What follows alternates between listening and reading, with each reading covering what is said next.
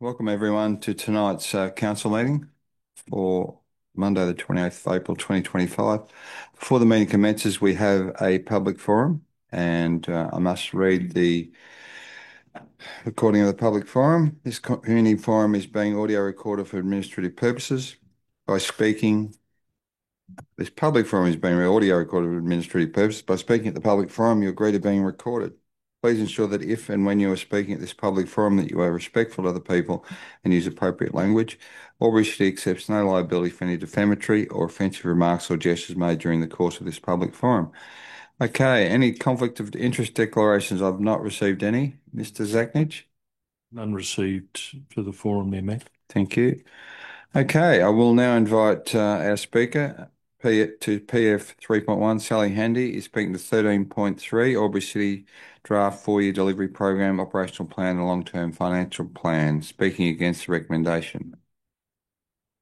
Good evening, Mayor Mack, councillors, Frank Zachnich and the staff of Albury City Council. Thank you for the opportunity to speak tonight. In previous years, we've made written submissions about the draft budget, but after it's been accepted. This year, we felt it was even more urgent and important to actually get up and speak before it's been accepted. As long-term resident of Thurgoona and a member of TCAG, we appreciate the complex process that is needed to allocate the necessary investment as outlined in the draft budget to provide all the necessary infrastructure such as roads, sewer, drainage, etc.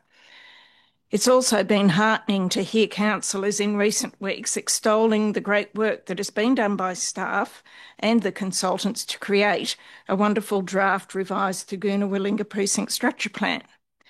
My main concern, though, is the lack of investment in this current budget in order to drive that plan with strategic land acquisitions. While the Thurgoona-Willinga Precinct Structure Plan is an aspirational document, it will be nothing more than a nice-looking piece of paper unless there's some clear funding to ensure that the plan is implemented.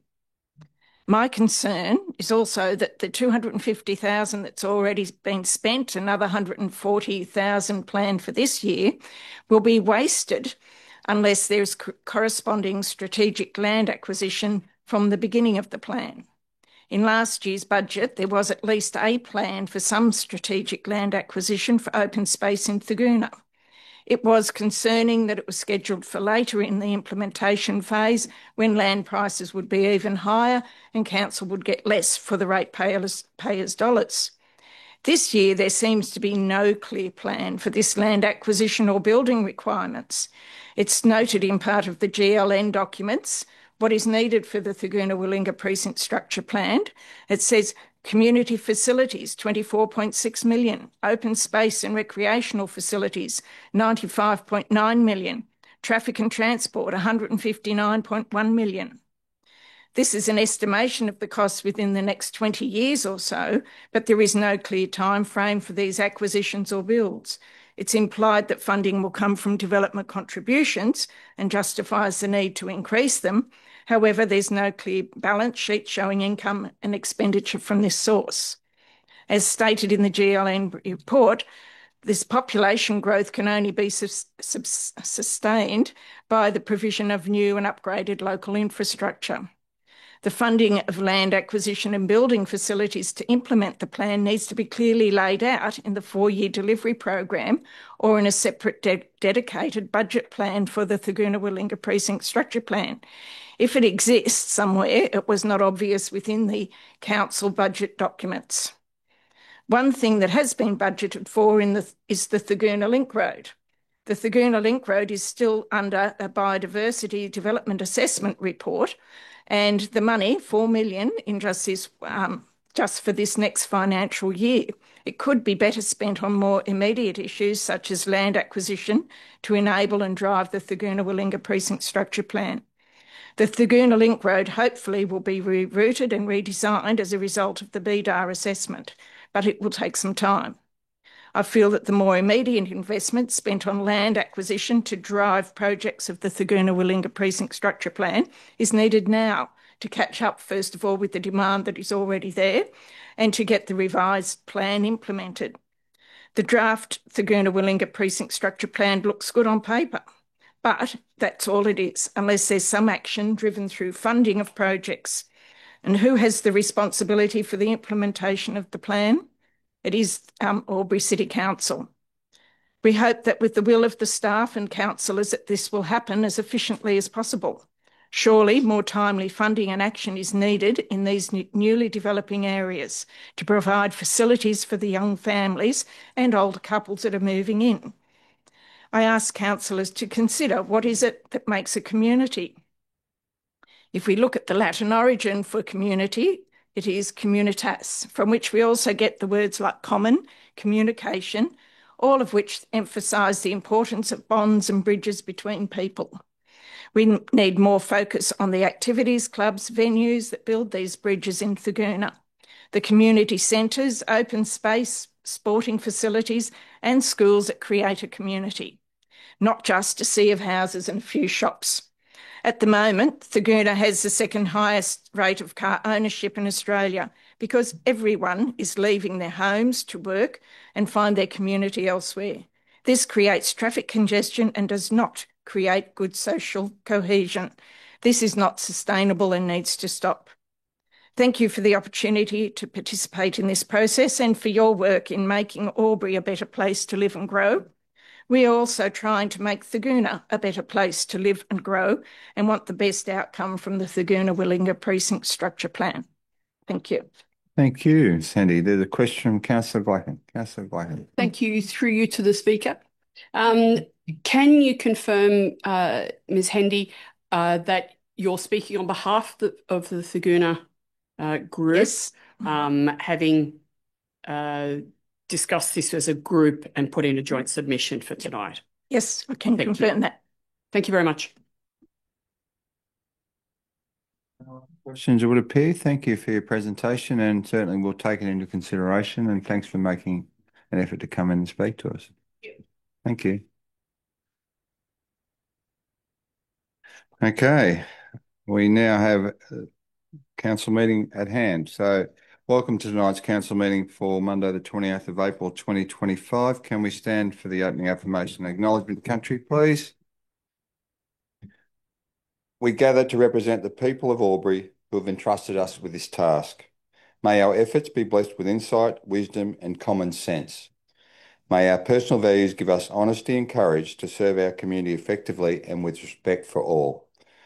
Acknowledgement to country. We would like to acknowledge the Wiradjuri people as the traditional custodians of the land that we meet upon today and pay our respects to the elders past, present and future, for they hold the memories, culture, tradition and hopes of Aboriginal and Torres Strait Islander people that contribute to our community. Thank you.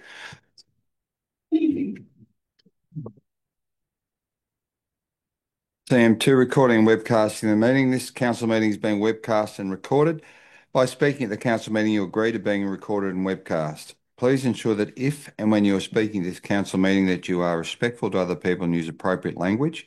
Albury City accepts no liability for any defamatory or offensive remarks or gestures made during the course of the council meeting. An audio recording will be made for administrative purposes. CM3, conflict of interest declarations received by the chair and disclosure of political donations. Mr. Zachnich. Thank you, Mayor Mac. Two conflicts of interest received for this evening's meeting. First is from Councillor Bukowski, a non-pecuniary less than significant conflict of interest. Councillor Bukowski is a recent panellist at a Hothouse Theatre event. The item relates to CM 13.1, and Councillor Bukowski will stay in the meeting and vote when that matter is considered. Second conflict of interest declaration is from Councillor Callaghan, a non-pecuniary less than significant, relates to two components within the one conflict of interest declaration. So the Hothouse Theatre, Councillor Callaghan is a former short-term contract employee, and secondly, Councillor Callaghan is council's representative on the Murray Arts Board.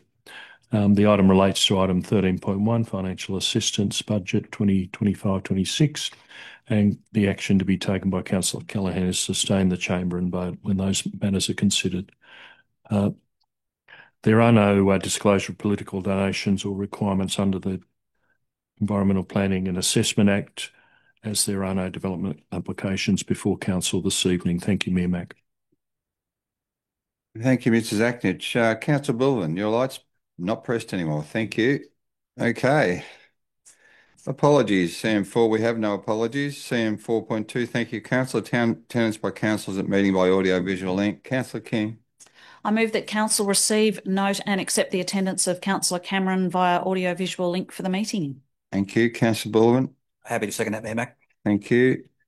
No question or debate. Happy to put the motion. All those in favour? Anyone against? The motion is carried. See, Councillor Cameron's got his own makeshift signs up there. Okay, we have no Merrill minute at CM5. Action plans, thanks, Councillor. CM6. Councillor Bilven. Thank you, Mayor Mac. The recommendation that the following action plans be received and noted. 1, action plans completed for noting only. 2, actions awaiting response from external parties. 3, actions in progress. And 4, long-term issues more than 3 months. Thank you. Councillor King. Happy to second the motion. Councillor Bilven, just to speak to that at all? No, thank you, Mayor Mac. No questions or debate. Happy to put the motion. All those in favour? Anyone against? The motion is carried. Thank you, councillors. Confirmation of minutes of previous meeting held on the 14th of April 2025. Councillor King. I move that the minutes of the council meeting held on Monday, the 14th of April 2025 at 6:10 p.m. be confirmed. Thank you. Councillor Bukowski. Happy to second that motion, Mayor Mac. Thank you. Councillor King, did you wish to speak to that at all? No, thank you. Thank you. There appears to be no discussion or debate. Happy to put the motion. All those in favour? Anyone against? The motion is carried. Thank you. Reports from community forum, CM8, there aren't any. CM9, notice of motion, notice of rescission, CM 9.1. Councillor Hudson. Thank you, Mayor Mac. I move that the council resolves to write to the President and CEO of Local Government New South Wales as a shareholder of the Local Government Super Scheme / Active Super / Vision Super and peak body advocacy of Local Government New South Wales in New South Wales, and calls on them to A, publish a full written explanation and apology relating to the LGSS Proprietary Limited Active Super penalty matter in the New South Wales Local Government New South Wales email circular. B, review the newly merged Vision Super's status as the preferred super fund of local government employees in New South Wales. And C, outline the steps it has taken to ensure that Vision Super has adequate safeguards in place to prevent any false and misleading conduct occurring in the future. Thank you. Councillor Callaghan. Happy to second the motion. Thank you. Thank you. Have a question, Councillor Hudson. Do you wish me to take the question? That's fine. Councillor Blacken, question. Yes, thank you. Through you to the most relevant member of staff. I notice on the attachment the adverse publicity notice. It says towards the bottom, the penalty, which is a significant amount, 10 point something or other $1 million, will be paid from insurance proceeds. Can that be explained, what that means relative to the shareholders and the members who have investments within those portfolios? Mr. Zacknich? Yeah. So thanks for the question, Councillor Glacken, through you, Mayor Mack. So the process, as I understand it, Councillor Glacken, would be that Local Government Super Proprietary Limited has insurance for legal cases of this type. It would lodge an insurance claim. That claim, if successful, would mean that those funds would be met from that insurance claim by the insurance company, paid to LGSS. The issue becomes, as I understand it again, where those funds are received, they need to be they're identified as income in their balance sheet, and they'll be required to pay capital gains tax on that income, and therefore that capital gains tax expense needs to be met from may need to be met from members' funds. So that's the process, as I understand it, in terms of the claim. Noting that this is a very recent, it's been a very recent judgment and advice. Happy? Yep. Councillor Hudson, do you wish to open debate on this matter? Thanks. I do, thank you, Mayor Mack. I recognise this is a bit of an unusual notice, but I hope that my fellow councillors will understand the need for it once I've elucidated it. So essentially, the local government super scheme was established by Local Government New South Wales in 1997 for the benefit of local government employees. It was rebranded as Active Super in 2021, and it was merged with Vision Super on the 1st of March of this year. Also in March of this year, the federal court imposed a $10.5 million penalty on Active Super for greenwashing misconduct. In other words, it was found to have lied to its members, who are local government employees, and I have no doubt that some of them would be Albury City employees, about the ethical nature of their super. And now those members will have to bear some or all of the cost of this misconduct. Active Super, which is the name that the local government super scheme became, which is now Vision Super, they claimed in their marketing that they'd eliminated investments that posed too great a risk to the environment and to the community, including gambling, coal mining, and oil tar sands. And following Russia's invasion of Ukraine, they also made representations that they'd removed any Russian investments that they had as well. Despite these claims, though, ASIC investigated them, and they were found to have direct and indirect investments in casinos, in betting companies, and perhaps most shockingly of all, they still had investments in Gazprom and Rosneft, which are Russian oil and gas companies, which materially supported the invasion of Ukraine. In handing down the judgment, the Federal Court Justice O'Callaghan said that the contravening conduct continued over an extensive period of time, approximately 2.5 years. And the Justice also found that the failure by local government super scheme to have processes designed to ensure that it was not misleading its members were the responsibility of senior management. So this $10.5 million penalty imposed on Active Super, now Vision Super, as has been elucidated by the CEO in answer to Councillor Glacken's question, if it's being covered by the penalties being covered by their insurance, but then they still have a capital gains expense on that money has to come from somewhere, and so it's going to come out of the investments of the local government employees who have their super with now Vision Super, and that also doesn't take into account any legal fees. Now, if those legal fees were to surpass $9.5 million and they have $20 million in insurance, well, then that's an even greater cost that may need to be borne by the members. And it should also be noted that when confronted with the allegations from ASIC, the court found that the local government super scheme had run a host of contrived arguments in its defence at trial. In essence, they drew it out and incurred even greater legal expenses than they would have otherwise needed to if they'd just said, mea culpa, yes, we lied to our members. Now, the point of all of this is that at the time this misconduct occurred, LG New South Wales was a 50% shareholder in this scheme because there were 8 ordinary shares and local government New South Wales held 4 of them. And New South Wales also appoints directors to the scheme. So I just think that local government New South Wales bears some of the responsibility for this failure and hence the actions in my motion. Thank you. I'm interested to hear what others have to say. Thank you, Councillor Hudson. Speaker against, Councillor Bukowski. Thank you. So whilst I understand the concern that this motion seeks to address, I can't support it in its current form. The issue at the heart of the motion is the federal court's findings against LGSS Proprietary Limited for greenwashing is really serious. However, the motion misrepresents the nature and extent of local government New South Wales involvement and risks calling for action from a body that was neither the subject of the legal proceedings nor responsible for the conduct. I think importantly, local government New South Wales was not a party to the ASIC proceedings and has issued a clear statement distancing itself from the misconduct, and to demand an apology from local government New South Wales, an entity that was not found to be at fault, I feel is inappropriate and also risks unfair reputational damage. Many of the concerns raised have already been addressed through the proper regulatory and legal channels that are designed to manage misconduct. I also think that calling for a review of Vision Super's status as a preferred fund for local government employees also stretches beyond council's remit.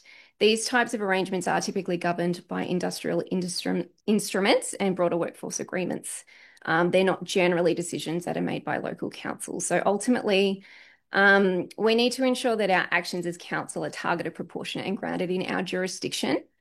And this motion, whilst perhaps well-intentioned, does, for me, blur the lines and risks undermining public confidence in processes that have already run its course. And for those reasons, I won't be supporting the motion. Thank you, Councillor Bukowski. Councillor Gluckin, speaking for the motion, is it? Actually, I would like to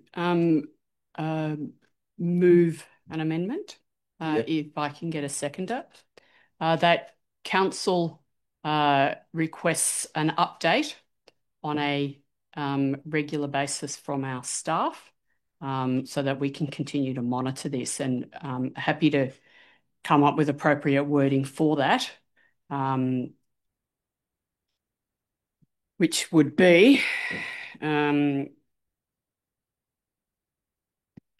the reason I'm suggesting that we might amend this motion is because I believe that it's important that we become more aware, have greater oversight into this process, so we can review it in the future, and should we wish to take further action in the future, we can, but that it at the moment may not necessarily warrant action. So council requests further information from the CEO, which can be by way of update in a briefing session with a view to council making further consideration, possibly making further consideration in the future.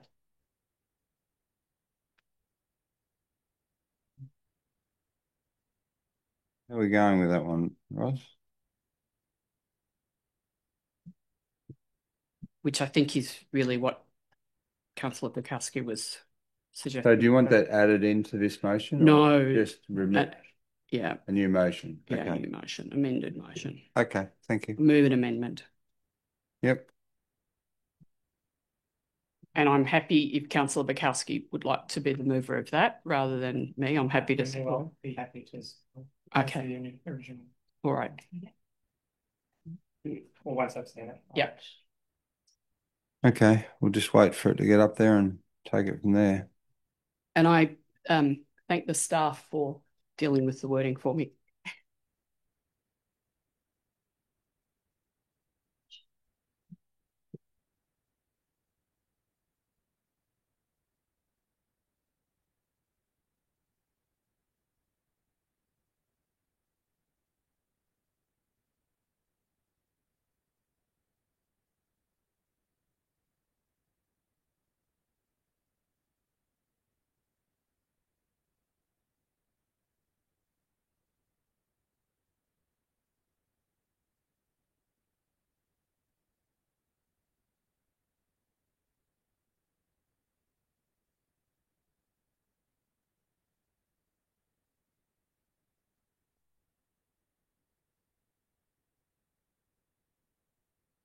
Yeah, I'm happy with that.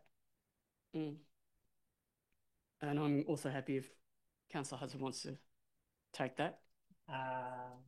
Yes. As long as this is a clear direction to staff, then I'm happy to accept it as a friendly amendment. Given that it changes the whole tenor of the motion, I probably think we should open a debate on it as an amendment and continue that process. I'll foreshadow. Should the motion be lost? Okay. If council is happy to take that as a foreshadowing. Yeah, okay. Yep. We'll leave it in abeyance for now and we'll just deal with this motion and then see what happens. Councillor Baker, do you have a question? This one now, the original motion. Yes. Thank you, Mayor Mac. I think I've got a comment and maybe a question as well. For a start, I don't mind C at all. Outline the steps that it has taken to ensure that Vision Super has adequate safeguards in place to prevent any false and misleading conduct occurring in future, which I think's excellent and it's a need to know. And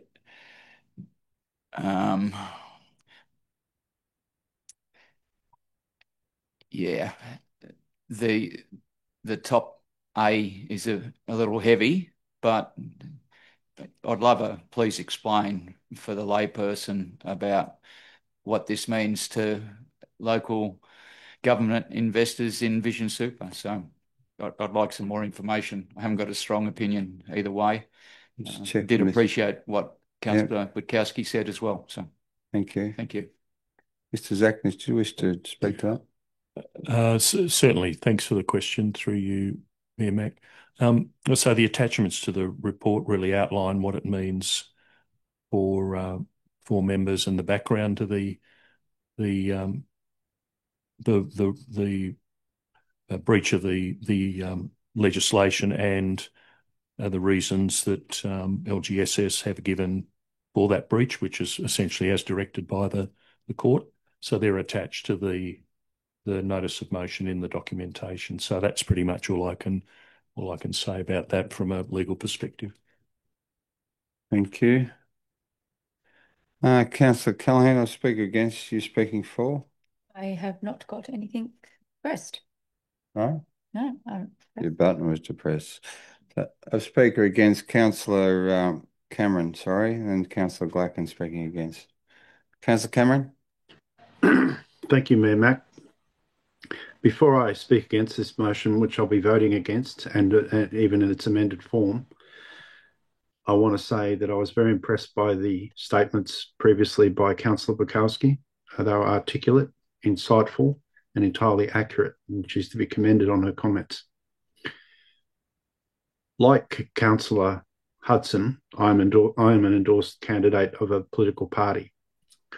But unlike Councillor Hudson, I would not bring such a naked political motion to this meeting of Albury City Council. Point of order, Councillor Cameron. Councillor Hudson.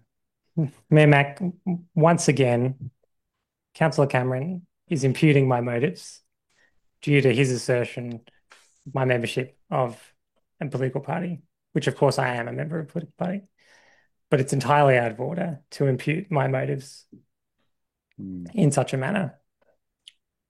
On the point of order, Mayor Mac. Please, Councillor Cameron. There is no point of order, Mayor Mac, I submit. It is entirely accurate and truthful to identify that Councillor Hudson is an endorsed member of a political party, as am I. And should I be allowed to continue in my speech in opposition to this motion, I will demonstrate that this is indeed a political action. In relation to my membership, it's in relation to my motives for bringing the motion, Councillor Cameron. Councillor Hudson is out of order, Mayor Mac. He can speak in turn and follow the meeting rules of debate, or I suggest you take action against him. Councillor Cameron, in relation to the tone and the manner that you raised it, I think you need to confine yourself to the debating issue and not bring the issue of the councillor's character into the discussion. I think, as you say, you're an endorsed candidate, and as Councillor Hudson is, but he's permitted in this democratic law to bring this motion to council. So you can continue. Thank you. What is your ruling on the point of order, Mayor Mac? that the point of order is valid and you need to not make it personal because it is considered in this chamber that you are an endorsed candidate as he is, yet I don't hear people bringing your character into the discussion. I don't agree with your ruling, Mayor Mack, and I move a motion of dissent from the chair's ruling. Right. You need a second for that?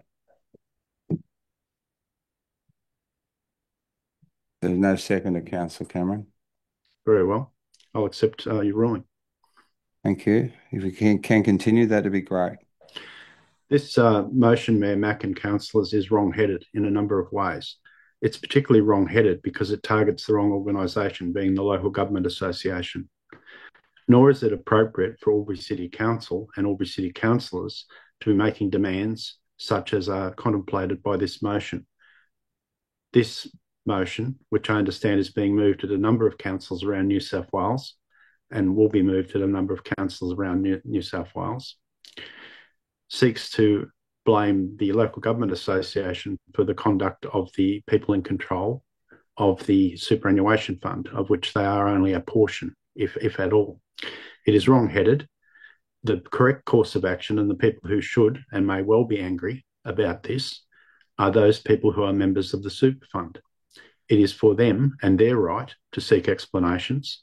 There is no right, in my view, for Albury City Council to be trying to chase the Local Government Association over actions that have occurred in the past with one of the super funds management. Thank you. Thank you, Councillor Cameron.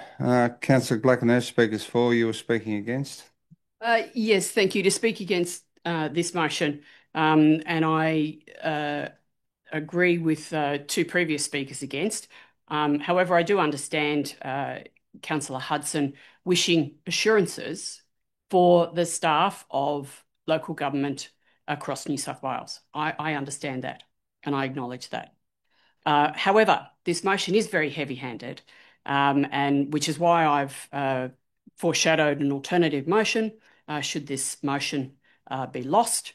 That would ask our staff for a briefing with greater detail on this matter, with a view to understanding and appreciating how Local Government New South Wales, via Vision Super, are going to ensure that such does not happen in the future. Clearly, some steps will have been taken, and I'm keen, and I'm sure other councillors would be too, because it directly affects our staff within our organisation, within our community as well.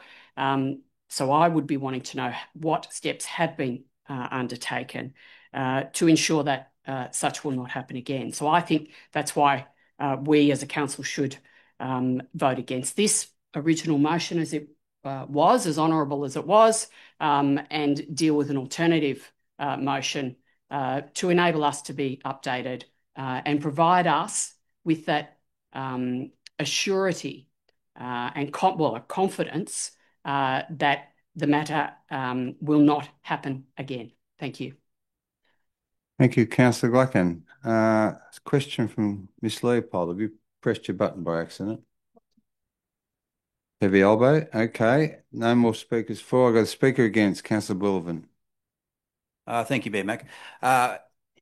In the motion itself, the sentiment, I do agree with Councillor Hudson with where it's directing, but with all court-related matters in due course taken, it's been to court. It has been a finding against the people that are involved. The members will take legal action if they need to take legal action on their behalf, and there will be a settlement somewhere along the line. Now, where it be insurance or a settlement of some sort, let due process take its course, and I'm sure that ASIC will have that under control on the members' behalf. Thank you. Thank you, Councillor Bullivan. There appears to be no more speakers for or against. Councillor Hudson, did you wish to close debate on this motion? Thanks. Yes, thank you, Mayor Mack. I will. Fundamentally, at the time that the misconduct occurred, Local Government New South Wales was a 50% shareholder in the scheme, as I explained in my original speaking to the motion. Local Government New South Wales also appoints multiple directors to the Local Government Super Scheme. I make absolutely zero apology for trying to advocate on behalf of local government employees here in Albury and across New South Wales. And I thank Councillor Glacken for her words. Yeah, look, at the end of the day, this is not about preempting any kind of court decision or other actions by members of the super scheme. It's just about demanding a body which I believe does bear some responsibility, and we can have a debate on the degree of that, but I do think that they have some level of responsibility, and I think that my motion is really quite reasonable. Thank you. Thank you, Councillor Hudson. Happy to put the motion. All those in favour? Those against? The motion is lost. Councillor Glacken. Yes, thank you.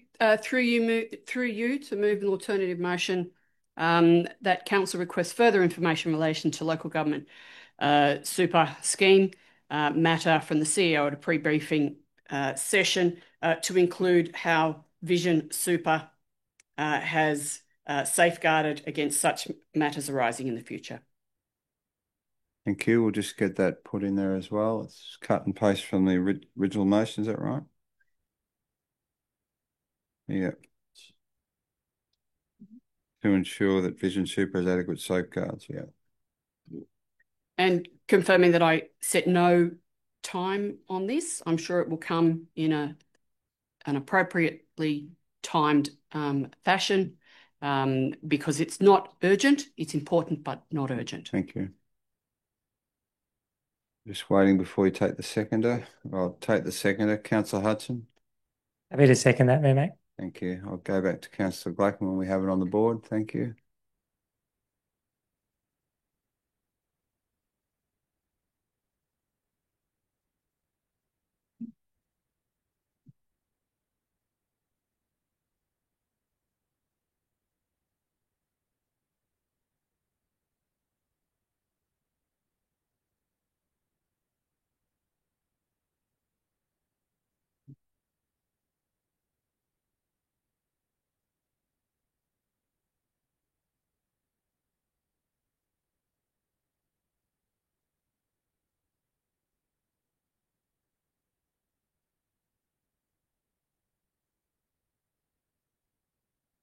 Thank you. And Councillor Glacken, we have the motion on the board. If you'd like to open debate, that'd be great. Thank you. Seconder, yes, excellent. Thank you. I agree that with Councillor Bukowski that due process is being undertaken outside and separate from local government, New South Wales, and separate to council. It is a regulatory process that's being undertaken. Notwithstanding that, I do believe that we, as the employer of our staff here in council, should be appraised of the situation as it progresses, because superannuation is part of the package of our staff. It is an important part of the package of our staff, and it's really providing for their future. And we as employers really ought to know what has happened and therefore what are they going to do with it alongside of the regulatory processes that are being undertaken. I am conscious and we were reminded in the closing remarks by Councillor Hudson that it was, this matter arose during the time that it was local government super scheme that was managed by and large by local government New South Wales. Not completely, but there were significant controls in place through local government New South Wales to oversee local government super scheme. So mindful of that, I think it is appropriate that we have some assurances provided by our staff based on the information that they are able to glean into the future. And stressing again, it's about council staff across the state. And these are big figures that we're talking about. And none of us would want our superannuation to have, or superannuation providers to have had similar circumstances. So I can only ask that councillors consider supporting this. It's basically asking, or it's essentially asking our staff for further information that they will glean through inquiries into the future. Thank you very much. Thank you, Councillor Glacken. No speakers against. I was another speaker for. Councillor Callaghan. Thank you. Happy to support this motion, as I was happy to support the previous one. As appointed representatives, it's our responsibility to advocate for our community. And in this case, the staff of Local Government New South Wales and the staff of Albury City, it's important. Local Government New South Wales has a responsibility, along with Vision Super, to represent its constituents and those people that were a part of the superannuation scheme. And I think we as representatives have a responsibility to call out poor and unethical behaviour. And I think that's what the intention of the previous motion was. However, I think it's really important that we learn more about this process and continue to hold companies that act unethically to a higher standard, and especially for superannuation, that's what's setting them up for their future. So happy to support this motion. Thank you, Councillor Callaghan. No speakers against. I'm speaker for. Councillor Bullivan. Thank you, Mayor Mac. I agree with Councillor Glacken and Councillor Callaghan. Superannuation is one of the most important things you'll ever do in your whole working life. Other than your house, you save and you put money into a scheme that hopefully is managed on your behalf 100% accurately. So information is the key to everything that we do in life, and if the executive glean information from our superannuation people and get reports regularly, because we have over 660 staff, and it's a big amount of money that we put into superannuation every week. So we need to make sure that we are correct and that our schemes are correct for and on behalf of our staff in the future. Thank you. No speakers for or against. Just to finish up debate, look, I'm speaking for this motion. I think, again, with the current crisis of cost of living, the current crisis involving the President of the United States and tariffs and everything else that's going on with the superannuation schemes across the world at the moment, the local government employees don't need this problem as well. And we're talking about 10% of the fine, which is over $1 million, and certainly that has an impact on their dividends and certainly on their investments. And I don't think this particular issue needs to be taken lightly, because we are here, as Councillor Callaghan indicated, to represent the community, but you are our direct community, and we owe it to you to find out and get to the bottom of this matter and understand what safeguards they are putting in place to ensure this doesn't happen again. I did have a conversation last week with the President, and she informs me they are taking significant steps. However, given the levels of complicity that may have been involved, we can't comment until we get that full briefing from the CEO at the most suitable time. So thank you again for bringing the motion to the chamber, Councillor Hodgson, and thank you, Councillor Glacken, for the amendment. Do you wish to close? No? Happy to put the motion. All those in favour? The motion is carried. Those against? We have one. Thank you. The motion is carried. Okay, we're up to documents, reports from committees and working parties. 11.1 minutes of the Companion Animals Advisory Committee meeting held on Wednesday, the 9th of April, 2025. Councillor Hudson. Thank you, Mayor Mac. I move that Council receives, notes and accepts the minutes of the Companion Animals Advisory Committee held on Wednesday, the 9th of April, 2025 at 5:30 p.m. Thank you. Councillor Bullivan. Happy to second that, Mayor Mac. Thank you. Councillor Hudson, do you wish to speak to that? Just briefly, Mayor Mac. I think the members of the committee were very appreciative of the staff for providing the update regarding the Animal Care Centre upgrade project. It looks like a really good project, and everyone was quite excited and positive about how that's progressing. And also to thank the staff for their work preparing Council's very comprehensive submission to the OLG New South Wales Companion Animals Laws Review, which we'll be dealing with in item 13.8. Thank you. No further speakers for or against or questions. Happy to put the motion. All those in favour? Anyone against? The motion is carried. We have no documents for sealing. CM13 Officers' Reports for consideration. 13.1 the Draft Financial Assistance Budget 2025 to 26. Thank you, councillors. Who's up for this one? I knew you'd read it. Okay, I'll read it. Sorry, it's getting cold. Through you, I move the recommendation as a motion that Council A adopts the draft 2025-26 Albury City Financial Assistance Scheme schedule, including the following allocations in response to requests received for the 2025-26 financial year. Single year 25-26 allocations: 1, Albury Wodonga Regional Food Share, 17,640. Multi-year allocations: 2, Wodonga Urban Landcare Network, $32,870.40 over 3 years, $10,640.40, $10,919.70, $11,247.30, each of those figures per year, by year 1, 2, and 3. 3, Flying Fruit Fly Circus in kind rate relief for Hovel Street facility for 3 years, approximately $13,096.11 in year 1.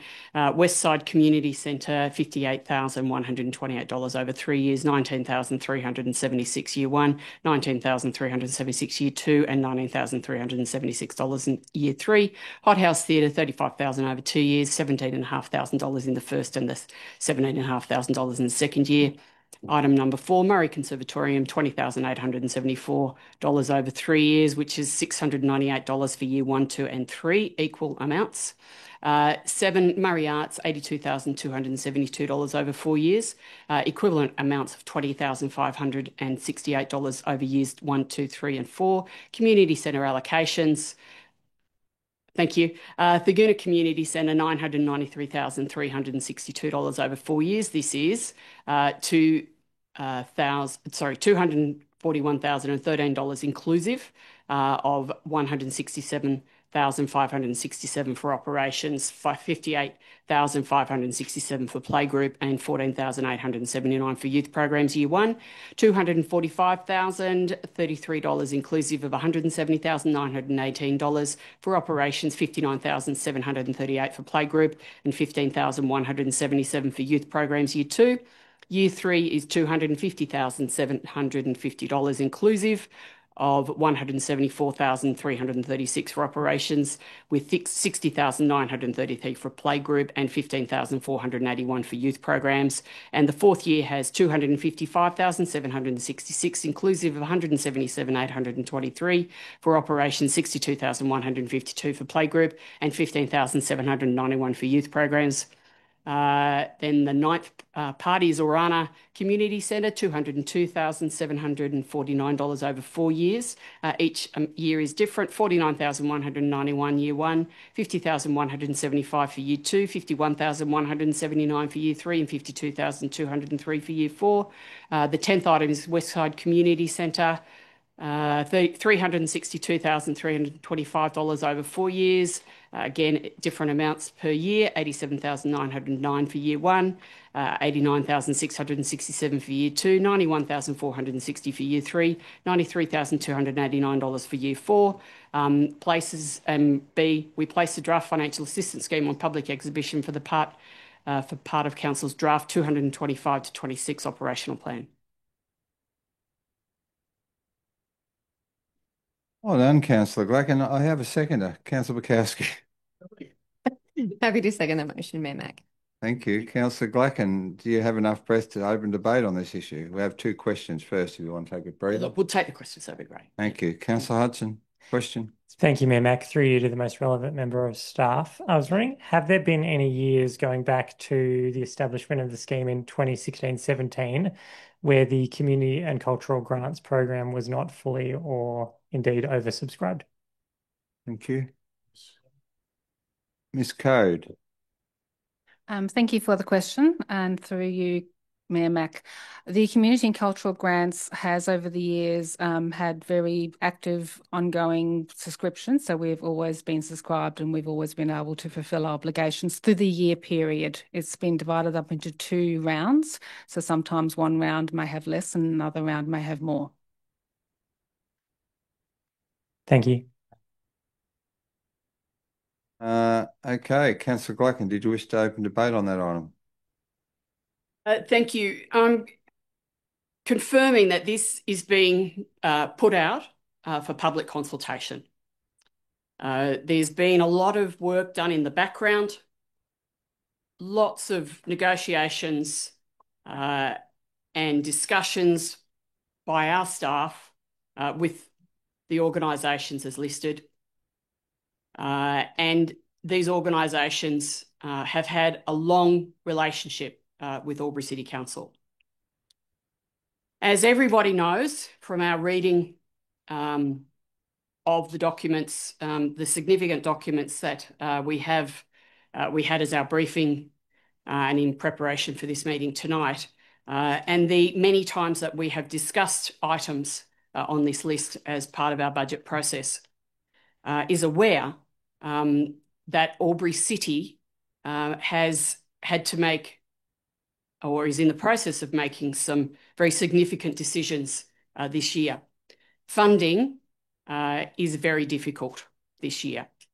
There is not as much as we would like to be able to allocate to our community. There is not as much as we would like to be able to spend on the various projects in and around our community, including the capital works.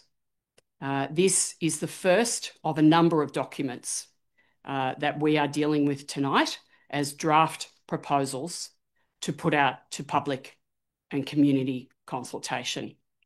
I look forward to our community providing us with feedback and really looking into each of the documents and raising areas where they believe we should be supporting more or less, where they think they can find areas where we can save even more. I think we've been, as a council, we've been extremely firm this year, in so much as we've made more cuts than we have in previous or more recent years. And ultimately, and this is part of the other documents, this is ultimately to ensure that we can deal with depreciation. We can still, however, ensure a service and facilities provision to our community into the future, and we can regain a break-even position within the next few years. So I look forward to hearing from the community, and I believe fellow councillors likewise will be looking forward to hearing from the community on this, but also the other reports and plans, draft budget components that we're putting forward tonight. Thank you. Thank you. Councillor Callaghan speaking for. Yes, thank you. I do want to reiterate, I know that it has been quite a challenge for the staff across all departments to cut budgets where possible, and I understand the reasons for that. But I suppose, as alluded, we will be hearing from the community, and I'm pretty confident we're going to be hearing from the arts community. When we look at Hothouse Theatre, funding has been halved. You know, I see that as a real two cities, one community initiative. I really question what Wodonga's contribution is going to be this evening in their budget as well. This institution has been established in 1980 as one of the last remaining professional regional theatre companies in our area, if not in Australia. Murray Arts funding halved, covers the entire northeast catchment, and it's a real connector between creatives and their community as well. We've seen up there this evening Flying Fruit Fly Circus as well. I'd say nil, but it's a rate relief that they're receiving on an asset that Albury City Council owns, and the Murray Conservatorium as well halved. So I dare say through this process that we will be hearing from the arts community, and I expect them to respond accordingly, because we know that arts and culture add immense enrichment to the fabric of our community and are really vital, especially during the really tough times. So thank you for where we've got to, but I do expect to hear from our arts and culture community. Thank you. Thank you. Councillor King speaking for. Thank you. I just want to acknowledge the wonderful community organisations and not-for-profits that we have in our community, and it's almost an embarrassment of riches that we have so many community group and organisations in our region, and if we could support them all, we'd love to, but we do know that there are budgetary pressures. Here is our draft that has been considered, trying to take in all perspectives. So I really look forward to hearing more feedback, and Councillor Callaghan has certainly raised some of her concerns, and perhaps there are others in the community that may like the focus to head in different directions. But it's a draft, and I look forward to hearing some input from our community. Thank you, Councillor King. No speakers against. Councillor Hudson speaking for. Thank you, Mayor Mac. Like Councillors Callaghan, King and Gleick, and I also look forward to hearing from the community. This is obviously a draft going out to them, and I support that. I do think it's worth noting with the Community and Cultural Grants Program, it was established in 2016-17 with a budget of 37,000. It was increased to 50,000 in 2018-19, and that's where it's stayed in that time. Now, if we take into account the inflation that's occurred over that time, $50,000 in 2025 is equivalent in 2016 money to $37,700. So effectively, if we weren't proposing to halve the budget for that program, which is what is in this draft, we've made absolutely no increase over that time, $700. We are proposing to halve it. And I do want to hear from the community what they have to say about that.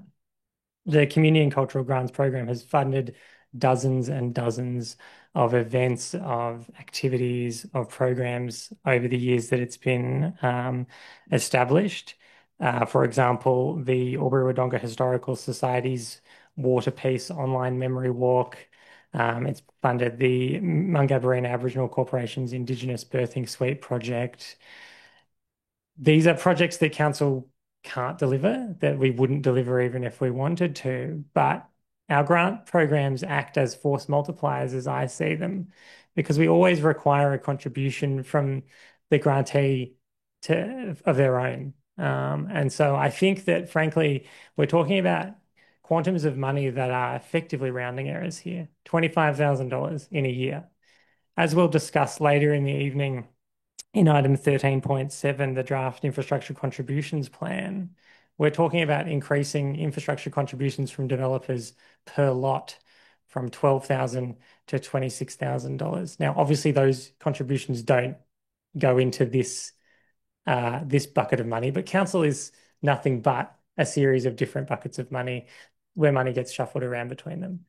So, essentially what we're talking about is denying community groups $5,000 here, $5,000 there, groups which are delivering incredibly powerful and meaningful projects which add to the vibrancy and livability and sort of social cohesion of our city.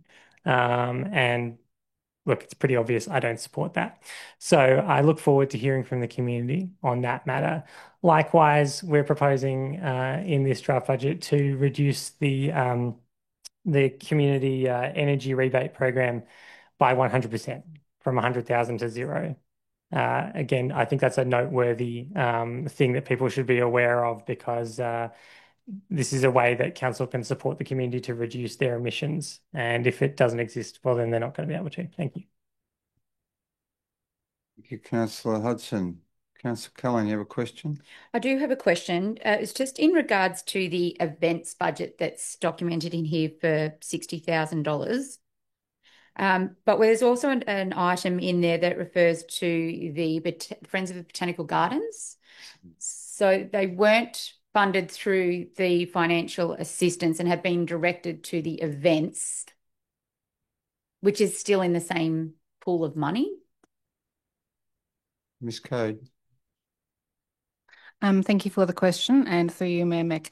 Correct. So the Friends of the Botanical Gardens have, considering the type of event it is, considering the in-kind support that's been included in there currently from the events team, from other teams within Albury City, it's arguably more appropriate for them to go through a sponsorship, which is what they are doing in about 2 weeks' time. I think that's going through our internal processes. So that will go through a sponsorship through the events component rather than through the financial assistance component.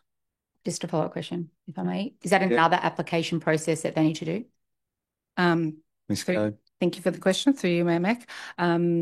It's a completely different process to this, and my understanding is that's already well underway and in the process of going through.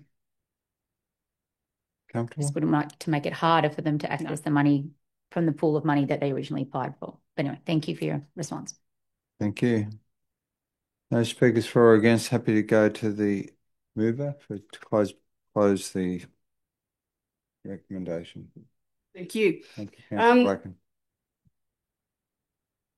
All councillors would have a slightly different opinion as to which ones we would put back in and which ones we might take out, because we're from a varied background within our community. And I would have a different view in it than we have here as our recommendation tonight. But I'm happy to put this forward for our community to consider and review. We do have a finite bucket of money. We have agonised, each of us, and our staff in particular, have agonised over who we can afford to fund this year and who we cannot afford to fund this year.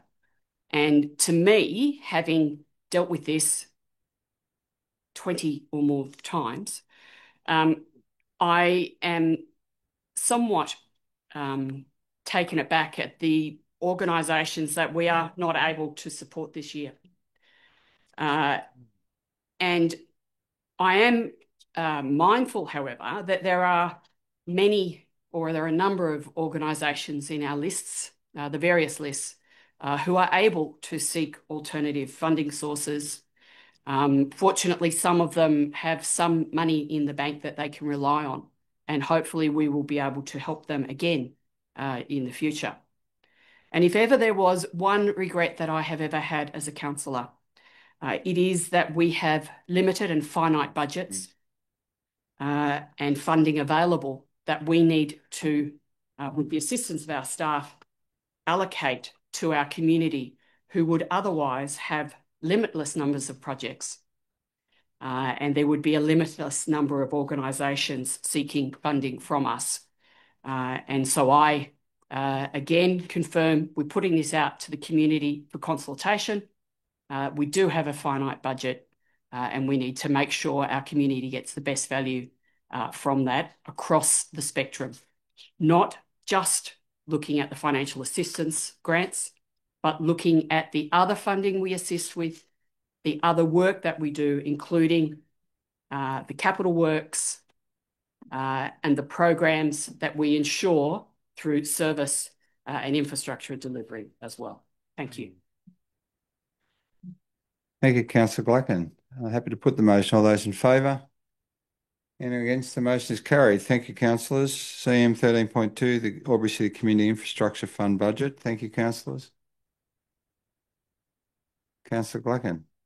Thank you. I think this one is as difficult to read, but I was hoping someone else might take it on. Anyway, through the recommendation, I'd like to move the recommendation to council that we endorse the following draft 2025-26 Albury City Community Infrastructure Fund budget allocation. 1 Lavington Panthers Bowling Club, $62,254, inclusive of $50,000 cash and $12,254 10-year interest-free loan. B, providing kind Albury City support to the Thurgoona Community Centre for the development and design and costing of the Thurgoona Place Centre Space Thrive, sorry, I do apologise. And C, endorse retaining the previously approved $700,000 allocated to the Ross Circuit Preschool through the Community Infrastructure Fund for 25-26 financial year.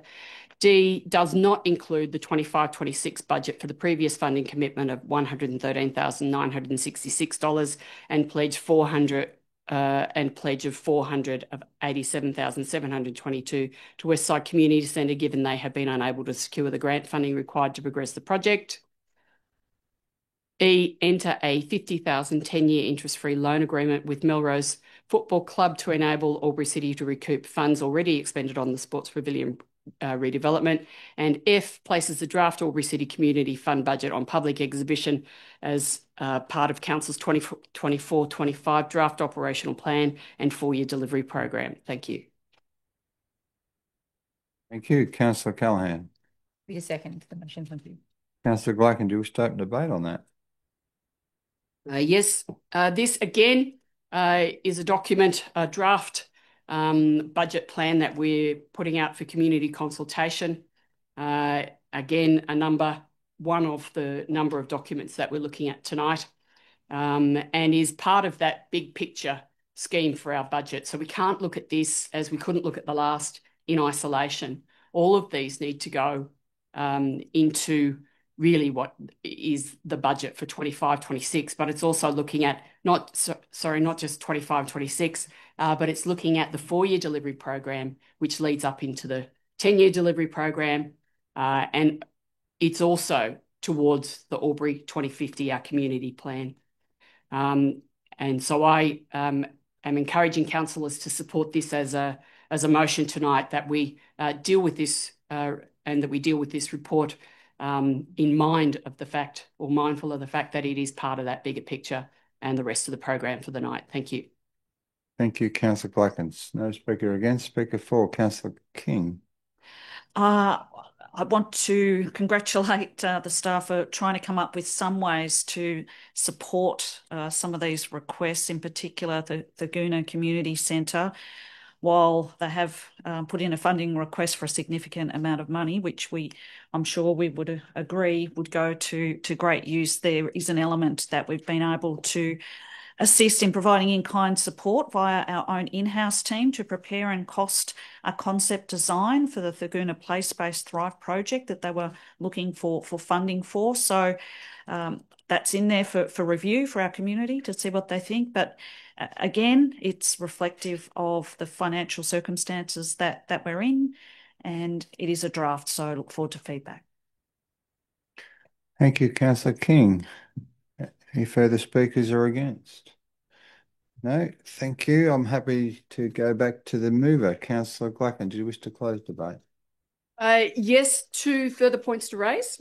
D, the report made it very clear that there may, and there is most likely going to be, an opportunity for Westside Community Centre in the future to be able to resubmit an application and progress their project. Their project is somewhat out of date. They've been trying to, for a number of years, deal with this to attract external funding, or further external funding. It hasn't come through. So it's something that we can, for the moment, move to the side, which is, as we as council do with our capital programs as well. We often park them until an opportunity arises in the future, and we can only hope that that will be the case with D and the Westside Community Centre. As one of the, and I wish to highlight something as one of the councillors raised earlier, I think it was Councillor Hudson, when he said that these are community organisations that contribute so much to our community, and often we provide them with very little with which to do so. And simply highlighting that these are, again, a number of community organisations who we would love to fund to the full amount requested, but unfortunately we're not able to do so. And to Councillor King, highlighting that the staff have been incredibly helpful in attempting or working with the councillors to find a way forward to achieve as much as we can, and D is an example of that for this year. So thank you very much. Thank you. Happy to put the motion. All those in favour? Anyone against? The motion is carried. Thank you. 13.3, the Albury City Draft 4-Year Delivery Program, Operational Plan and Long-Term Financial Plan. Thank you, Councillor King. Just wait support there. I move that Council A adopts the draft 4-year delivery program 2025 to 2029, the draft 2025-26 operational plan and the draft long-term financial plan. B endorses the draft budget stakeholder engagement plan. C places the draft plans on public exhibition for 28 days, concluding on Friday, 30th of May 2025. D considers any submissions received at a meeting of council to be held on Monday, 23rd of June 2025, prior to final adoption of the plans. And E notes the engagement of an external service provider required to commence the planned accelerated service planning project in July 2025. Thank you. Seconder, Councillor Baldwin. Happy to second that, Mayor Mac. Thank you. Councillor King, just have a question before you open debate. You comfortable with that? I am. Councillor Hudson, question. Thank you, Mayor Mac. My question through you to the most relevant member of staff. The Thurgoona Link Road is obviously a really substantial portion of our capital works budget over the next 4 years, amounting to about 18%, I believe, not including the water and wastewater portion of that budget. What portion of the funding of that project comes from developer contributions, if any? Mr. Finlayson. Through you, Mayor Mac, thank you for the question. Of the $40 million budget set aside, there is capital income funding budgeted for in the order of $19 million. $11 million is capital grant income, and $8 million is through infrastructure contributions. With that? Follow-up question. Thank you, Mr. Finlayson. I'm just trying to understand the sort of assumptions that I assume have gone into the 8 million portion then. Does that assume an increase in developer contributions, or is that based on the pre-existing developer contributions that council has been collecting? Thank you, Mayor Mac. And I appreciate the question. The largely is based on current funding arrangements because of the time frame in terms of future developments and future payments.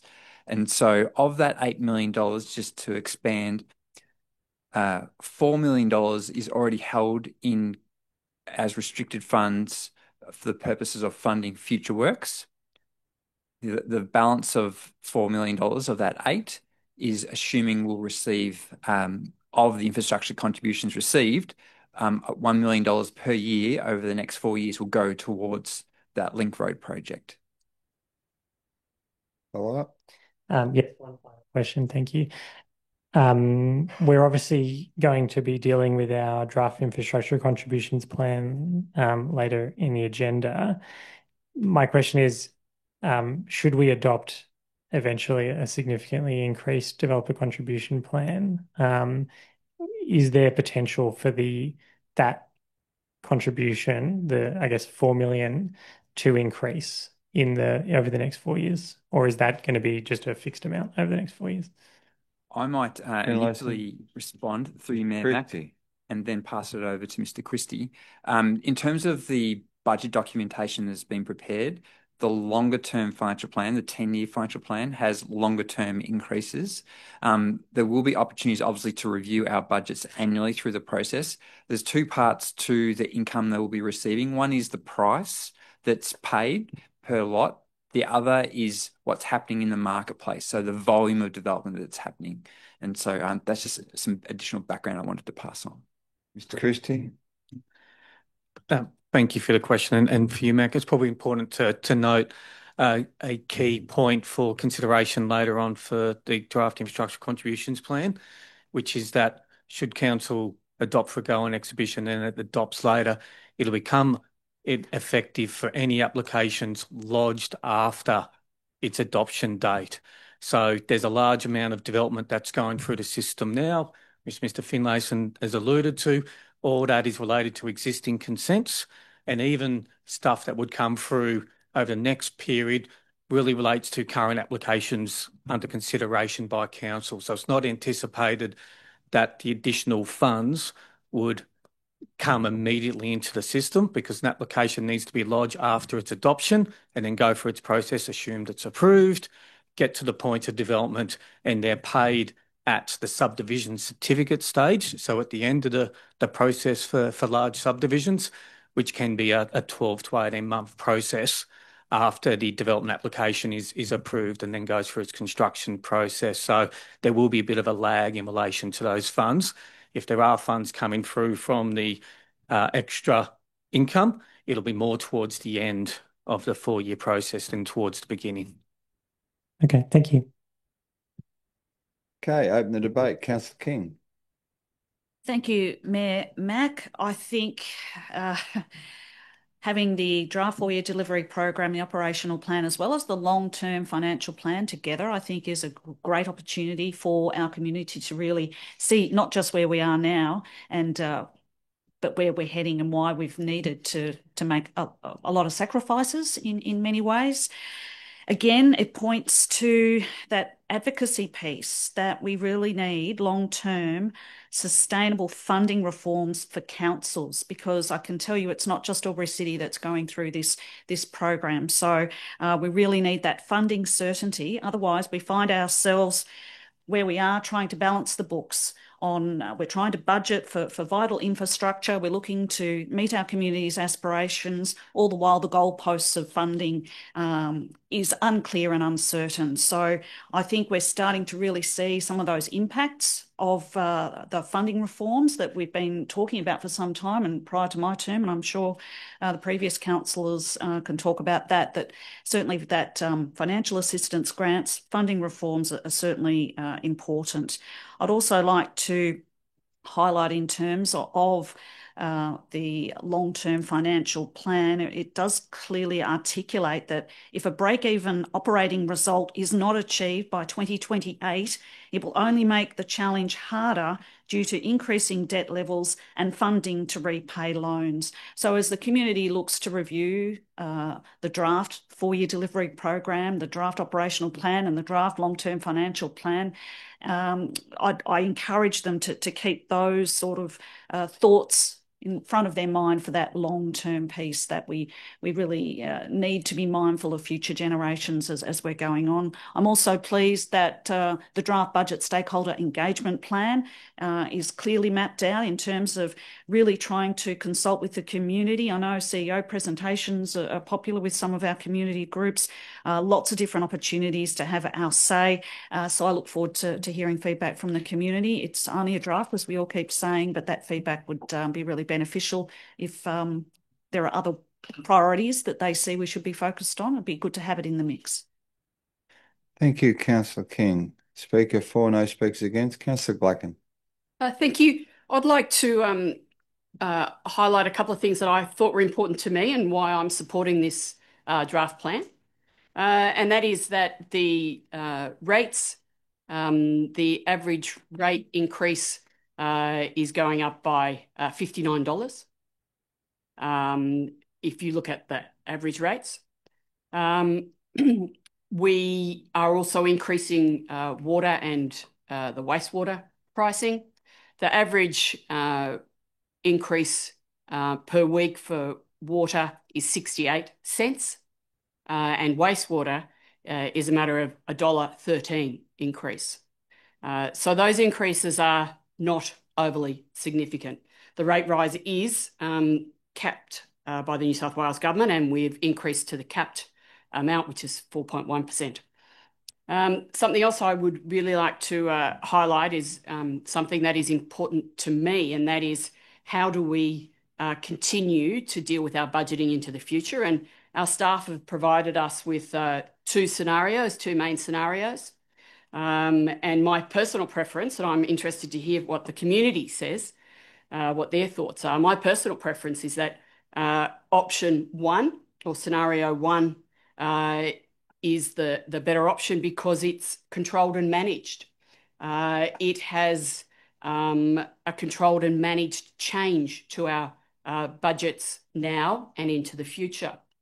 And by 2027-28, it's envisaged that Albury City, with option one, will have reached a break-even scenario. And obviously, that enables then the opportunity to ensure small surpluses into the future. We don't want big surpluses, but we need to be able to at least get to break even. The last thing we want to be doing is having surpluses not to the benefit of our community. The scenario 1 does still, however, as we've talked about in the previous draft reports that or programs that we're putting out for budget consultation, does require some belt tightening.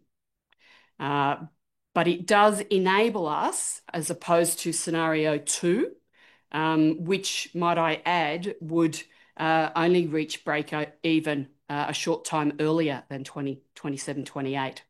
So scenario 1 will allow us to continue most of the projects that are already in the pipeline, and it is really dependent on how far forward progressed those programs and projects are within that pipeline process of council. So most of the works will be able to reach their conclusion if we select scenario 1. So I'm interested to see what our community says about scenario 1 and being able to reach break even at 2027 to 28. Thank you very much. Thank you, Councillor Gladkin. No speakers against. I have a speaker for Councillor Bilvan. Through you, Mayor Mac. I encourage our community to have a look at our draft four-year delivery program, and also that the staff need to be commended on the savings that they've found within our budgets of the council. We know there's a bit of financial issues trying to balance the books and deliver our projects that we need to deliver over the 4 years. So, as a council group, it is incumbent upon us to provide our communities with what is required to keep our city growing and prospering. So if it's roads, rates and rubbish that people are talking about, which are the main concerns, which involves councils, that's where we're aiming at, to get the things right for our community to go forward so we can be a prosperous city going forward. There's going to be a few things are going to be hit and miss here and there, but we need to be really diligent with what we're doing and getting the things done for our city. And by the end of the 4-year budget, hopefully we'll have a break even. I'd be happy with break even, but we're going that way and we need to get that way on behalf of our citizens. So I think the budget plan is a good delivery program. Thank you, Councillor Bilvan. Any other speakers for or against? Doesn't appear to be. I'd just like to sum up in relation to speaking for this budget. I think in the terms I've been in council and this difficult 3 or 4 months, it's been challenging for all of us and challenging for the staff. And if you note, the report has 4 authors. There's been more authors of this report working in council that have had to deal with difficult cutbacks and difficult savings. And I'm commending you all for your diligent work and certainly providing us with a budget that is sensible and is on point. One thing that I need to be clear on, because it was mentioned by one of an early submission that a lot of the Thurgoona Willinga projects have been ignored. I don't think that missing link here is that we do a budget every year, and as things progress, budget items are brought forward. One item in question is Shooter Avenue and the lights at Shooter Avenue.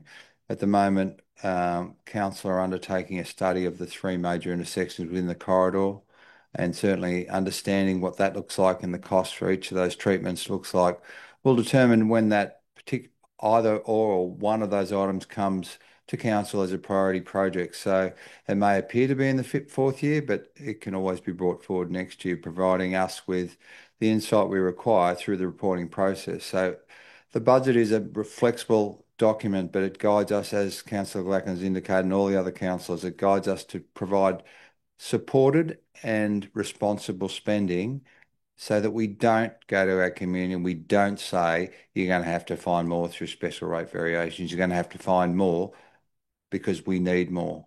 This is a business. We run a business. Every business in this country has been hit with cost of living, and the staff in this room and outside this room have also been hit by cost of living expenses. So as ratepayers, council is no different, and we're trying to do our best with what we've got. And thank you to the staff again. Commend you on your great efforts and certainly the hard work you put into this and the hardship that is being exposed through our community at the moment through the cost of living. So thank you again, and I'll go back to Councillor King to close debate.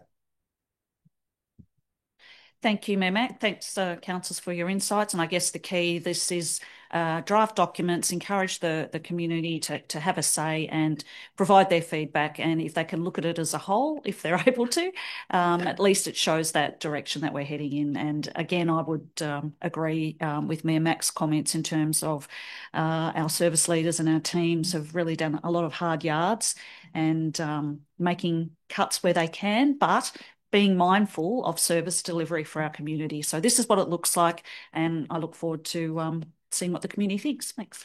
Thank you, Councillor King. Happy to favour. Anyone against? The motion is carried. Thank you. We have 13.4, the draft workforce management, our people strategy. Councillor Gladkin.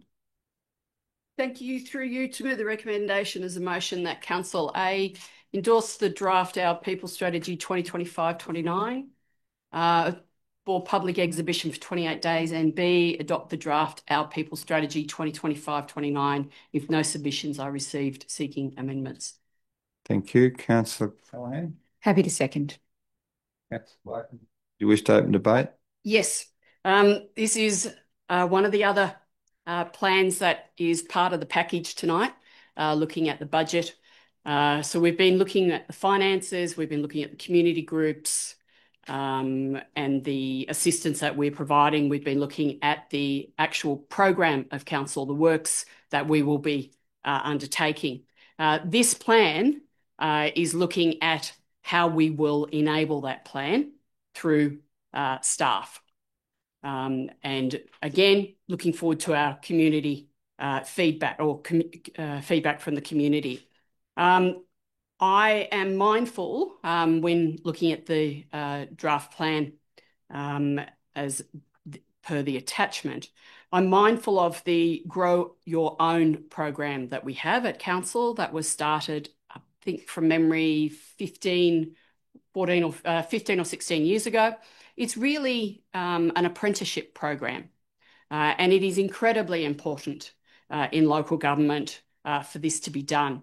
And it's a component or a staffing component that we need to support.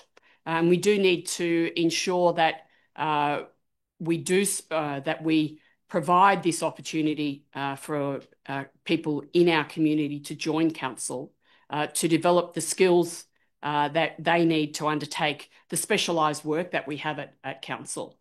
We are the water providers in our city. There are very few private providers working in that area. Wastewater, again, it's a very selective group of staff who deal with that, and those professionals are unique because there's not a lot of wastewater provision outside of a council role. The Grow Your Own is also incredibly important to us as a council and as a community because it assists with the growth and knowledge that we as a council need. It's the growth and knowledge of our staff and the corporate knowledge that they gather when they're working with council for a number of years.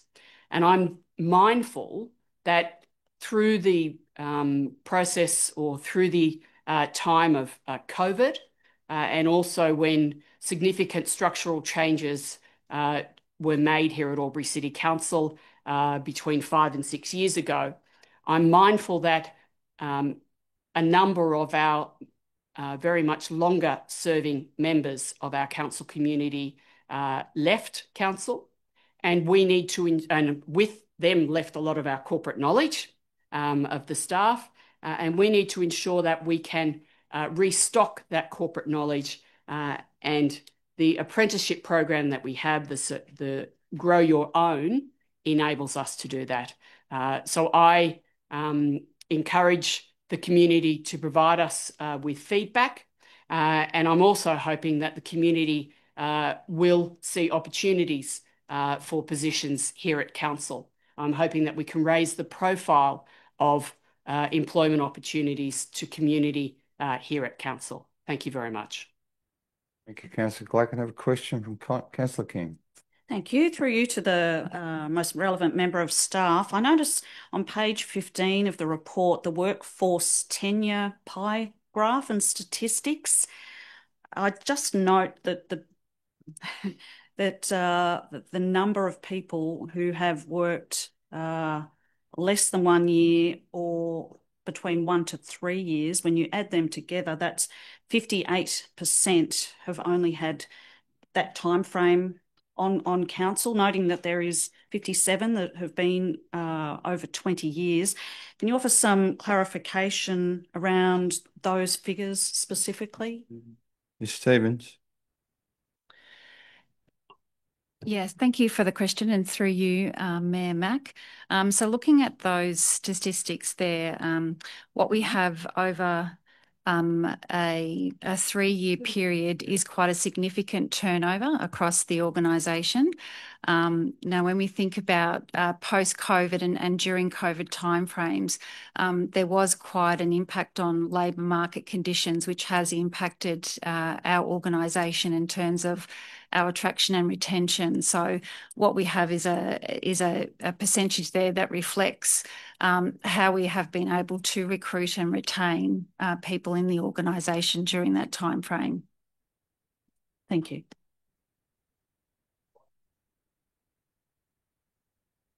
Yes, the only follow-up is, so that data's more saying that you've been able to recruit and retain, whereas another way of looking at it is seeing 58% of them have disappeared. Yeah, that's exactly right. For our organisation, we are quite a diverse organisation. We are quite specific in our ability to, I suppose, meet the labour market when it comes to remuneration. And we have been in a situation where we've had to make decisions around remuneration for specific types of roles that we are attracting, or where we've had some of our employees being provided with opportunities in the labour market that we haven't been able to meet. So for us, there has been quite a deliberate decision in terms of how we've managed that remuneration component of our workforce. And another follow-up. In terms of when staff leave, you mentioned remuneration has been highlighted. Will councillors be given a briefing in terms of any other trends or patterns that have emerged that aren't related to remuneration, which no doubt comes up through the exit interview process? Is that an update coming our way? Yeah. Thank you for that question. I can return and provide some information to you around some high-level analysis. What we've found over the last 12 months is that as the labour market has settled, we're finding that the reasons for exits across the organisation will lead to things like career development, family responsibilities and the like. So there is definitely some trend analysis that I can provide. Thank you. Thank you, Ms. Stevens. Question from Councillor Callaghan. Yes, thank you, Mayor Mack. And I believe this one's through to the CEO. Understanding that we're going through an organisational review at the moment, how do you see that potentially impacting our workforce management strategy? Mr. Zachnich. Thanks for the question through you, Mayor Mack. So a couple of things. Councillors would be aware that we do have a pause on all non-critical vacant positions at present. So that's enabled us to reset the organisation in terms of what our internal capability is. With the service model review, the lens over that service model organisation structure health check is really about financial sustainability coupled with what are the needs of the organisation, what are the gaps for positions and the like in the structure. So all that sort of information will come back to us for consideration as we seek to formalise the draft plans for the coming, not just 1 year, but future years. So it'll have both a positive impact, but also the focus around making sure we deliver and what is the best way for that to be delivered. Is it with in-house capability? Is it with external assistance? And currently it's a mix of all those things. So that's a positive thing. Question here for me. Follow up? Yes. Is it likely that we'll receive the feedback on the service model review before the draft workforce management strategy? Yeah. Excellent. Thank you. Okay. What are we up to here? Councillor Glacken. You open debate? No further speakers for or against? Happy to close debate? No, that's fine. Put it out for draft consultation. Thank you. Thank you. Happy to put the motion. All those in favour? Anyone against the motion is carried. Thank you, councillors. We have the draft asset management strategy. Thank you. Councillor Bullivan. Through you, Mayor Mac, Council recommend that Council A endorses the draft asset management strategy 2025 for public exhibition for 28 days, and B, if no submissions are received seeking amendments, adopt the draft asset management strategy 2025. Thank you. Councillor King. Happy to second the motion. Councillor Bullivan, do you wish to open debate on the item? No, thank you, Mayor Mac. Thank you. Question from Councillor Hudson before I take two speakers for. Thank you, Mayor Mac. Through you to the most relevant member of staff. My question relates to, I understand that we're developing a footpath asset management plan. We're expected to have that by the end of this year. Noting that there's a significant difference between, say, a footpath down Dean Street and, say, a recreational trail like the Barella Road, or the Riverina Highway bike path. And I've chosen that as an example of an asset which I think probably needs substantial renewal. Is that sort of infrastructure like the Wagira Trail and the Barella Road bike, are they considered under the footpaths or are they considered under the parks and recreational assets? Mr. Millett. Thank you for the question, and through you, Mayor Mac. They'd be considered under the footpath and trail asset management plan. Okay, thank you. Thank you. Speaker 4, Councillor King. Happy to see that we've got some improvements in terms of our processes. So the review has, in particular, in the report highlighted that there's a more realistic and data-driven methodology. So I think that that's crucial. Interesting to note that prior to 2023, we had a ratio of around 90%, which has now gone down to 61%. So as you've highlighted, it shows how prepared we are financially for the future upkeep of our infrastructure, and a lower number, so that 61% shows that we are falling further behind and may struggle to afford repairs or replacements when they're needed in the future. So I am certainly happy that you've definitely got this draft asset management strategy for our community to have a look at and sort of understand how this document will guide some of the improvements, such as the ones that Councillor Hudson may have mentioned, and definitely important to catch it at this stage rather than to let those asset renewal funding ratios decline further. Thank you, Councillor King. Speaker 4, Councillor Hudson. Thank you, Mayor Mac. I just wanted to reiterate essentially what Councillor King has said. I think proactive asset management is absolutely critical. We're obviously being faced with a substantial depreciation impact on our budget now, and if we can be proactive at maintaining our assets, I would imagine that would offset some of those costs into the future. So yes, I commend the staff for the plan. Thank you. There's been no further speakers for or against. Councillor Bullivan, did you wish to close? Thank you, Mayor Mac. As with all plans and matrices that come before council, it's a good tool to let us know where we're at with our maintenance and where we're at with getting our paths and roads and trails repaired. Bearing in mind our financial circumstances at the moment, but it's a good thing with our depreciation. As things depreciate, we repair, and this is a tool to get us repairing on the front foot.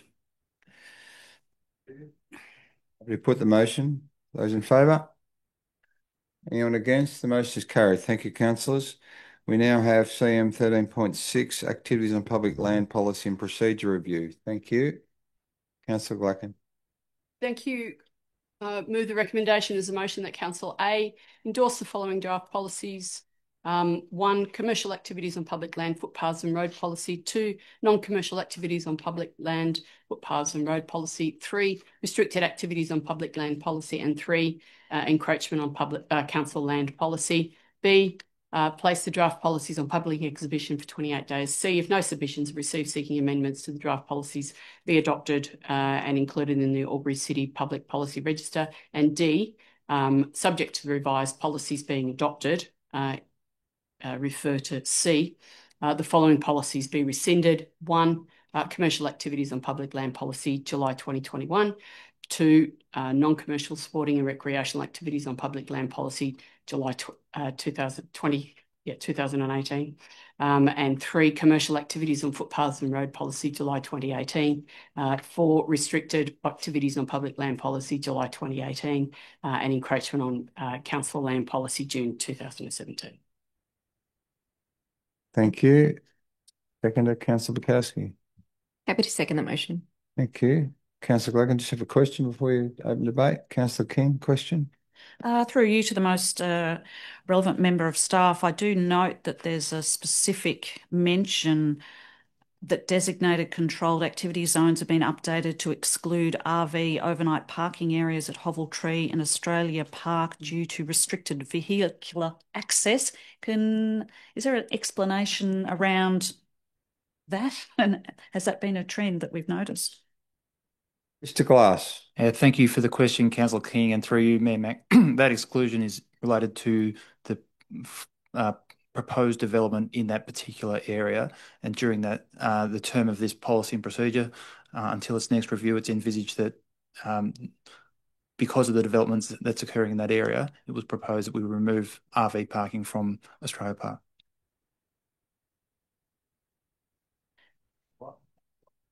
I guess a follow-up in terms of where they might be directed, if we thought... Yeah, so the other locations, thank you for the question, and through you, Mayor Mac, the other locations for RV parking remain being in the railway precinct, as well as Kramer Street, in the vicinity of Kramer Street as well. So RVs are encouraged and welcome to park in both those two precincts. And another follow-up, so the parking, if I may, that's not even for half an hour or an hour or anything of that nature, but the overnight That's up. specifically is what you're talking about. Thank you for your question, and through you, Mayor Mac, that is correct. Thank you. Thank you. Councillor Gladkin, just open debate on the item. Thanks. Thank you. Again, seeking our community's input into this, into these components, noting that, as raised in the report, it is actually a tidying up of some of the documentation, but by and large, no significant changes per se, notwithstanding the RV parking. But in essence, it's really bringing things forward to the next 4 years. Thank you very much. Thank you. There appears to be no further questions or speakers for or against. Councillor Gladkin, wish to close debate? Thank you. No. Happy to put the motion. All those in favour? Anyone against? The motion is carried. Thank you. We have the draft Albury Infrastructure Contributions Plan 2025 Public Exhibition 13.7. Thank you, councillors.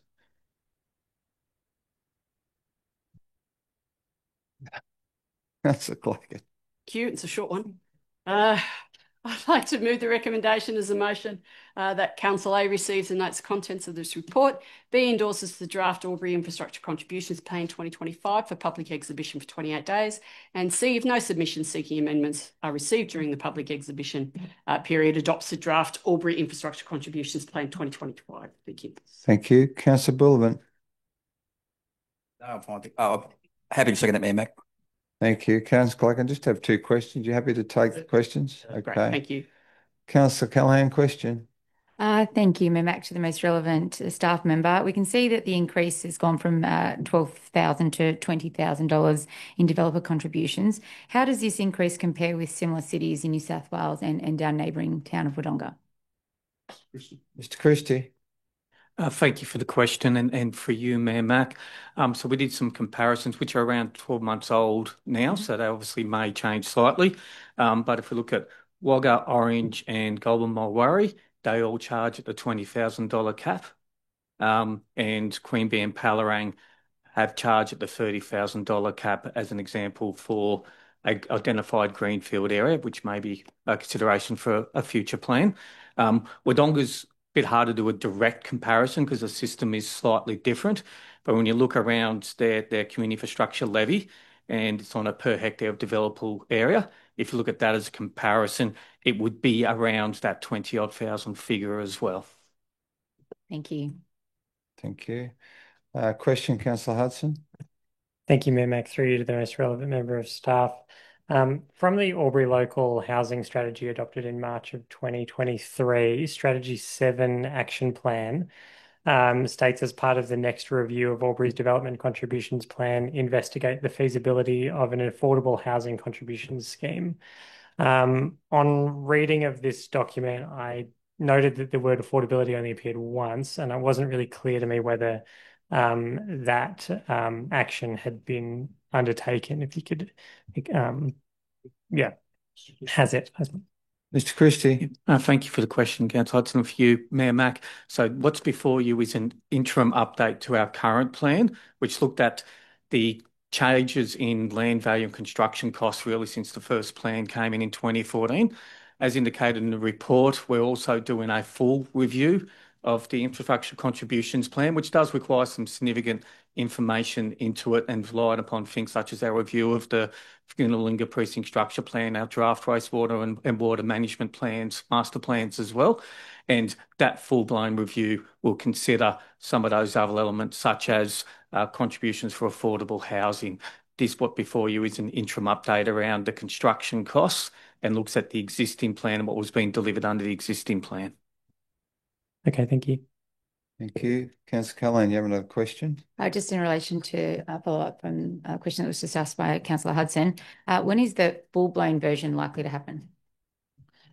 Mr. Christie. Thank you for the question, and for you, Mayor Mac, as indicated in the report, we're undertaking that now. It does require some significant information such as the structure plan, also requires some detailed information around the costings around the water and wastewater master plan, because the Section 64 component is quite detailed and has to go through some processes. So at this stage, there'll be a lot of work occurring in that space in 2026, following what we expect to be the adoption of the Fgoonawillinga Precinct Master Structure Plan later this year.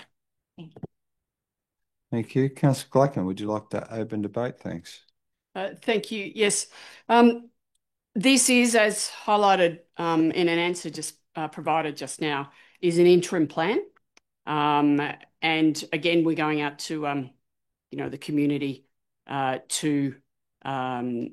for them to make comment to us and provide their suggestions as to a way forward if they don't agree with it. In essence, we need to be ensuring that we can provide as a council through our various forms of fundraising for a general term. We need to be able to provide for our community, and this is one of those ways of doing so. This is new. These areas are largely new areas. Hamilton Valley has been there for a little bit longer and has been developing more slowly than the Fgoonawillinga area. Nexus is an important area that is being developed, but those areas are key development areas for us as a city, and we need to make sure that we provide the relevant and required, necessarily required services and facilities and the infrastructure to our growing community. And the only way to do that, because we do not have, as I stated in one of the earlier reports, or when speaking to one of the earlier reports, we do not have a limitless bucket of money. And so we need to make sure that we have sufficient funding to provide for those required facilities, services, and infrastructure. The next plan that will come from this, the infrastructure contributions plan in the next couple of years, will be the way forward for a significant number of years to come. This, however, ensures that we can already start to catch up with where we need to be to make those provisions into the future. Thank you. Thank you, Councillor Gluckin. Speaker for, no speakers against. Councillor Hudson. Thank you, Mayor Mac. I really want to commend the staff for bringing this to us now as an interim plan. I look forward really significantly to the full version. But I think given the absolutely pressing and well-articulated need by our speaker at the public forum this evening for council to be able to provide social and infrastructure and other things in our growth areas in particular, it's absolutely necessary that we bring ourselves in line with other regional centres as far as the infrastructure contribution that developers are paying. At the end of the day, these contributions, the figures have been in place for a very long time. And to my mind, that really means that the developers have been getting an extremely good deal for quite a long time at the expense of the ratepayers of Albury. Because ultimately, the cost to deliver every bit of infrastructure that the community expects, whether that's roads, stormwater, footpaths, whatever, has increased substantially since this was last reviewed. And really, I mean, I hesitate to use the term free ride, but at the end of the day, the developers have been, you compare us to these other cities that we've talked about, Goulburn, Mulwaree, Albury's been charging less than half. That's outrageous, frankly. And so I'm really, really glad that we're taking this proactive step to increase to review our infrastructure contributions, and I look forward to seeing what the community has to say about it. Thank you, Councillor Hudson. No speakers against. Speaker for, Councillor Bullivant. Yeah, through you, Mayor Mac. As with all plans, this is just bringing our city online with comparable cities within New South Wales and other LGAs within the area. So the plan itself is a good plan. It gives us a template to where we need to go going forward. And with the infrastructure things we've got coming forward over the next couple of years, this is just part of that process. And I think the developers along the way will probably agree with that. They might say, oh, a bit too hard or too early. But I think with the progress we've got going with our northern area, the Goonoo-Warringah area, I think it's a good outcome for everybody going forward. Councillor Bullivant. There appears to be no further questions or speakers for. Just to finish up, speaking for, I think the salient issues here are that the report indicates there are 3 areas that have been identified, Thurgoona being one of those, and Thurgoona-Warringah, the new structure plan is being developed, as we heard from our speaker tonight, as iterated by Councillor Hudson.